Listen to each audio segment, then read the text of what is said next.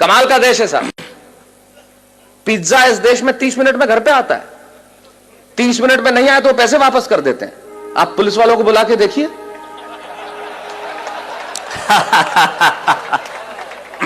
ये वो देश है जहां पे 8% में आपको कार का लोन मिलता है और 12% एजुकेशन लोन के देने पड़ते हैं। वाह वाह वाह वाह। कभी सलमान के बालों तो कभी कैटरीना के गालों पे मर गए। आज इस अवसर पे इससे बढ़िया पंक्तियां मुझे याद नहीं आती। क्या बढ़िया बात कहते हैं वो कवि कि कभी सलमान के बालों कभी कैटरीना के गालों पे मर गए, कभी चुंबन कभी चेहरे कभी चालों पे मर गए। ऊपर बैठ के भगत सिंह भी कहते होंगे यार सुखदेव राजगुरु हम भी किन सालों के लिए मर गए। वाह वाह वाह वाह वाह वाह। अमेरिका में एक प्रांत है टेक्सास और वहां एक शहर है ह्यूस्टन। कुछ लोग हां भर रहे हैं। इससे यह जाहिर नहीं हो जाता कि उन्होंने देखा है और इससे यह भी जाहिर नहीं हो जाता कि उन्हें पता है। इससे यह जाहिर होता है कि आदमी समझदार है और सामने वाले को यह जताना जानता है कि मैं जानता हूं। तो टेक्सास में ह्यूस्टन शहर में जब मैं काव्य पाठ कर रहा था और काव्य पाठ करने के बाद जब मैं बैठा तो बैरागीदार जैसे लोग मिलते हैं आके मिले और कहने लगे माइक पे खड़े होकर बहुत चिल्लाते हो कि हमारा हिंदुस्तान ऐसा है, हमारा मुल्क ऐसा है, हमारा देश ऐसा है, हमारा देश वैसा है। आखिर तुम्हारे देश में रखा क्या है? यकीन मानिए मेरे मन को बहुत चोट पहुंची, बहुत पीड़ा हुई। मेरी जगह आप होते तो आपको भी चोट पहुंचती, बहुत पीड़ा होती। लेकिन मेरा दर्द सुनना साहब, मुझे चोट इसलिए नहीं पहुंची कि उसने मुझे ये कहा कि तुम्हारे मुल्क में क्या रखा है। मुझे पीड़ा इसलिए हुई कि कहने वाला लड़का खुद एक हिंदुस्तानी था जो सारी उम्र यहां पला, यहां बड़ा, इसकी माटी में राज, इसकी शिराओं में हिंदुस्तानी पिता का रक्त और जिसकी धमनियों में हिंदुस्तानी मां का दूध बहता हो, वो किसी दूसरे मुल्क में जाके अपने ही मुल्क वाले से ये कहे, एक हिंदुस्तानी जब दूसरे हिंदुस्तानी से ये कहे कि तेरे हिंदुस्तान में क्या रखा है, तो चोट पहुंचना स्वाभाविक था। तब मुझे महाकवि कन्हैयालाल सेठिया जी की एक कहानी याद आई और उस कहानी को मैंने कविता की आत्मा बनाया। क्यों मुझे पीड़ा पहुंची, क्यों मुझे कविता लिखनी पड़ी? कन्हैयालाल जी लिखते हैं कि लोहा और सोना आपस में बात कर रहे थे, तो लोहे ने सोने से सवाल किया कि यार तू सोना है, मैं लोहा हूं। आपस में बातचीत शुरू हो गई तो सोना लोहे को कहने लगा कि यार लोहार तुझे बनाने के पहले ठोकता पीटता है, सुनार मुझे बनाने के पहले ठोकता। आप पढ़े लिखे लोग हैं, आग में तपा के ठोका जाता है, लेकिन जब तुझे लोहार ठोकता पीटता तो तू बहुत आवाज करता है, मैं तो चुप रहता हूं, ऐसा क्यों? लोहे ने जो जवाब दिया वो मेरी कविता की जमीन है। लोहे ने कहा तो ठीक कहता है सोने, सुनार पीटता है तुझे लोहे की हथौड़ी से जो तेरी कुछ नहीं लगती, मैं लोहा हूं, मुझे जिससे पीटा जाता है वो लोहा है, और जब अपना अपने को पीटता है तो चीख तो निकलती है। वाह वाह वाह वाह। मेरी कविता अपने ने अपने को पीटी गई चीख की कविता है। जब एक हिंदुस्तानी दूसरे हिंदुस्तानी को यह कहे कि तेरे मुल्क में रखा क्या, अरे उन्हें मालूम क्या है कि मेरे मुल्क में है क्या? हमारे मुल्क में मधु कोड़ा है। वाह वाह। है एक भी लीडर ऐसा? सूर्यवंशी 38 वर्ष की उम्र में 4000 करोड़। आप यकीन मानिए कभी जिंदगी में 4000 करोड़ रुपए मिल जाए तो यकीन मानिए इस जन्म में मुझे गिन के दिखा देना, आप गिन नहीं सकते। ये हिंदुस्तान, ये हमारा देश है, हमारे यहां कमाल की चीज है। हमारे मुल्क में क्या रखा है, बहुत जबरदस्त। जैसे आपका इंदौर का ट्रैफिक, मैं अभी एयरपोर्ट से आ रहा, राजवाड़ा के आगे मेरी कार के आगे आदमी हाथ साइकिल पे यूं किया फिर यूं कर दिया। मैंने कहा इसका क्या मतलब? बोले पहले मुड़ना था फिर कैंसिल कर दिया।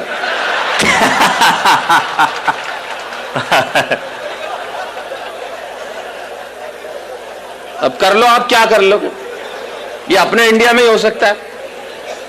कार में आगे एक औरत हाथ निकाले भी, मैंने कहा इसको मुड़ना होगा, आधे घंटे तक मुड़ी नहीं।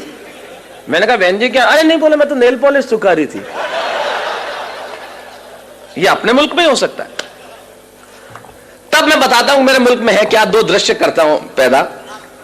अमेरिका में एक लड़का मुझसे कहता है तेरे देश में रखा क्या है? तब सुनिए कि अमेरिकन परिवार में एक लड़का घर में आया, बहुत समय बाद सुना था तो हो सकता है मैं कहीं इधर उधर हो जाऊं, लेकिन याद करने की कोशिश करता। अमेरिकन परिवार में एक लड़का घर में आया और अपने पिता से कहने लगा, come on dad what a bad day.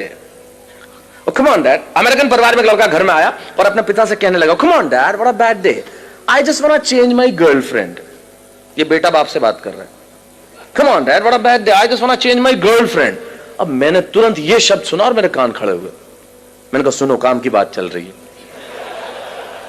मैं रेगिस्तान का निवासी, वैसे ही सूखाग्रस्त इलाका, तो ऐसे शब्द सुनने में बड़ा अच्छा लगता है। Come on, Dad, what a bad day. I just want to change my girlfriend. पिता बोले, okay, okay, don't get tense. Just think she was a nonsense and change it.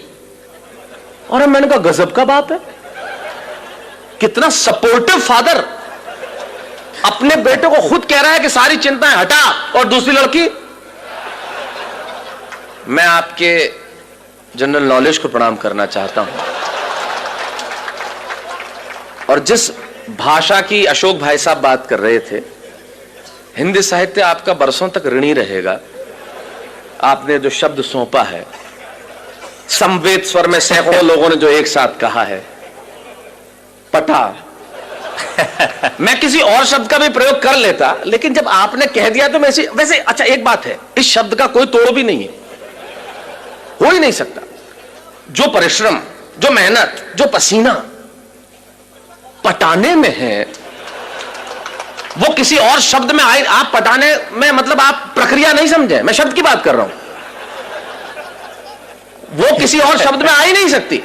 मैंने अंग्रेजों को कहा तुम हमारा क्या खा के मुकाबला करोगे बताओ, तुमने हमारी जोड़ के शब्द ले आओ बस। बोले क्यों? मैंने कहा तुम चेहरे को अंग्रेजी में क्या कहते हो? बोले फेस। मैंने कहा थोबड़े को बताओ। बोले पत्नी को अंग्रेजी में क्या कहते हो? बोले वाइफ। मैंने कहा लुगाई।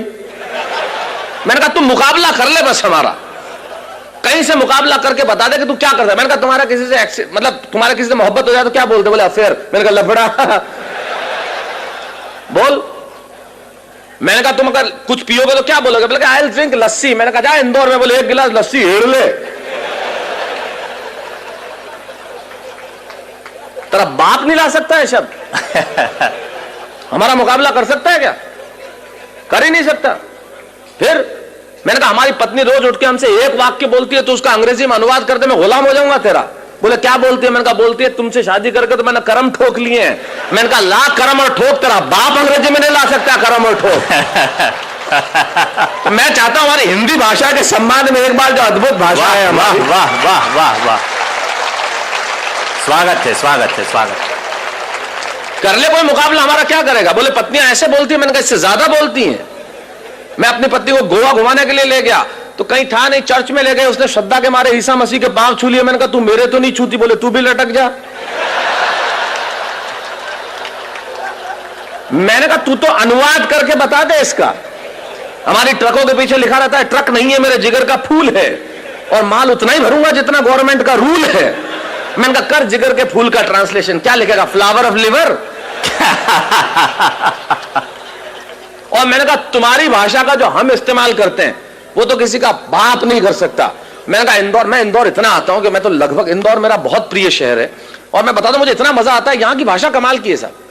मेरा एक मित्र अपने ही मित्र के घर गया तो उधर से निकला वापस, मतलब किधर गए? बोले यार मैं इधर से निकल रहा था, मैंने सोचा तुम तो कहीं बाहर गए हुए तो सोचा भाभी जी को टच करता चलूं।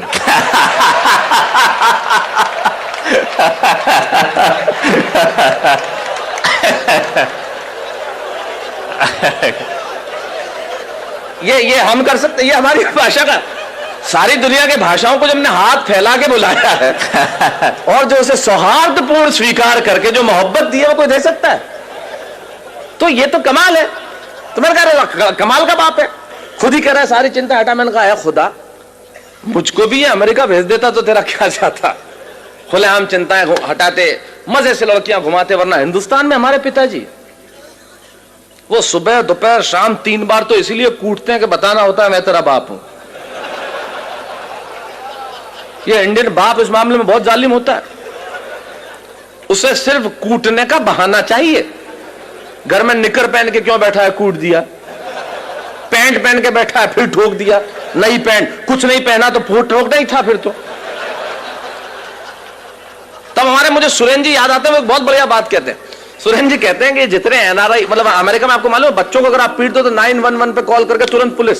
आप बच्चों को पीट नहीं सकते, पीटते ही बाप गिरफ्तार। एक हिंदुस्तानी बाप ने ठोक दिया, छोरे ने 911 पे फोन किया, बुला ली पुलिस, गिरफ्तार हुआ।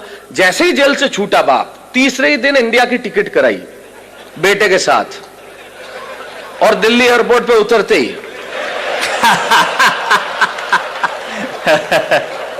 नहीं, इससे यह जाहिर नहीं होता कि, इससे यह जाहिर होता है कि एनआरआई हर साल इंडिया आते क्यों। वाह वाह वाह। तो मैंने कहा यार खुदा मुझको भी अमेरिका भेज देता तो तेरा क्या जाता। ये देखिए अलग किस्म की देशभक्ति है जो मैं प्रस्तुत कर रहा हूं।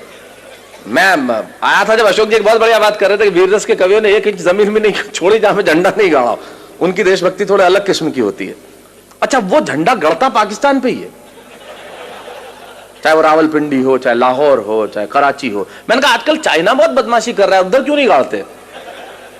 तो यार उधर के बोले शहरों के नाम ही याद नहीं है, गाड़े तो गाड़े का। बढ़िया है, बढ़िया है। वाह वाह वाह।